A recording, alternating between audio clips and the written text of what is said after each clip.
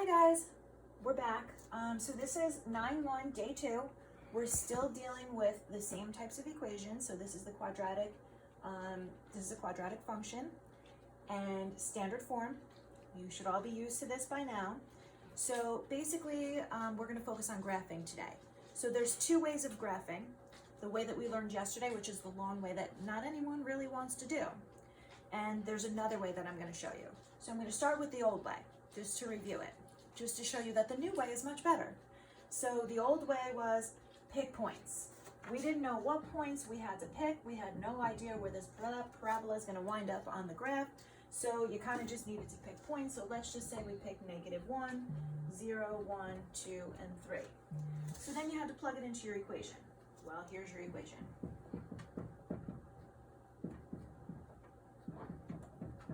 Okay, so if I change this to a y, still means the same thing.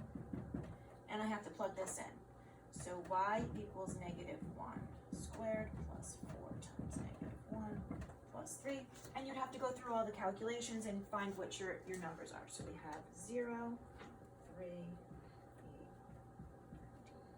24. And before I told you that there's lots of patterns here. I don't see a pattern.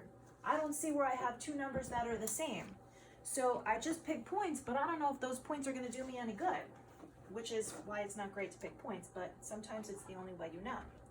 So if I were to graph these points, -1, 0 is here, 0, 2, 3 is here,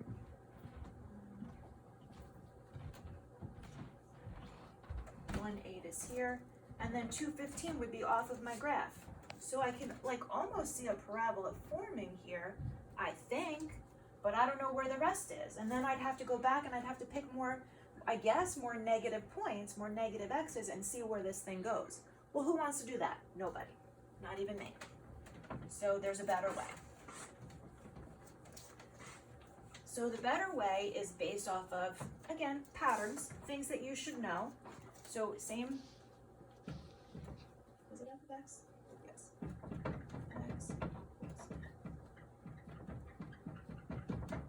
Okay, so always start with axis of symmetry. So x equals -b over 2a.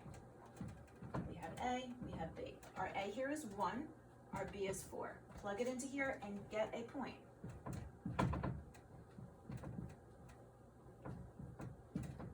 So x equals -2. Then we're thinking of this as y. Plug this into here and get your y.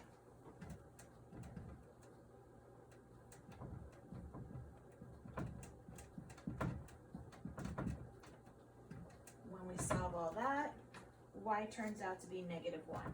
So now we have a point, -2, -1. This is our axis of symmetry. So -2, -1 is right here. So I should know a couple things at this point. I should know that I could have a line of symmetry here. This is either going to be my highest point or my lowest point. Well, I could figure that out too. This is positive. So that means it's positive. Since it's positive, I should have an idea in my mind of what it looks like. Well, positive means happy, so it's going to be a smiley face. So this is going to be my lowest point. So I'm going to be somewhere around here. So another point that I can get is my y-intercept. Easy enough to get your y-intercept. When your x is 0, what happens to the y? The y is 3. So 0, 3, 1, 2, 3 is right here. So now I can figure out another point based off of symmetry. So here's my line of symmetry. So this point is 2 away on the right. So I'm going to have another point that's 2 away on the left. So now I have 3 points. I could make a parabola here with those 3 points. However, if we were in school, I would make you sweat it out for a couple days and try to figure this out. Since we're not, I'm going to cut to the chase here and give you the shortcut.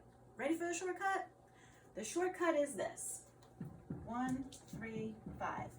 This is your pattern that you're going to use. 1, 3, 5. Here it is. If you know your axis of symmetry, I'm going to go up 1 over 1 to get to my next point. So from here, up 1 over 1, there's a point. Again, up 1 over 1 in the opposite direction.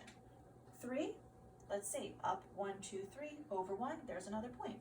Up 1, 2, 3 over 1, there's another point. 5, How many do you think we're gonna go up? We're gonna go up 5. 1, 2, 3, 4, 5, over 1. 1, 2, 3, 4, 5, over 1. So now I have a bunch of points. And there's my parabola. Do you need to know this stuff? Yes, because that's your starting point. The axis of symmetry is always your starting point. Find your axis of symmetry, use 1, 3, 5. We're gonna go up 1 over 1, up 3 over 1, up 5 over 1. And you do the same thing on both sides because it's symmetrical. Obviously mine doesn't look great, it's hard to draw it, but it is. The only time that it's not 1, 3, 5 is when you have something other than 1 here, a coefficient other than 1. So let's say we had a coefficient of 2. Then my pattern would be 2, 6, 10, because I'm multiplying all of these by 2. If my coefficient was 3, I'd multiply these by 3. Okay, so what you need to know in order to graph this is axis of symmetry, that's your point, your starting point. Then you need to know, is this going to be a smiley face or a frown? It's a smiley face if your coefficient here is positive. If it's negative, it's a frown.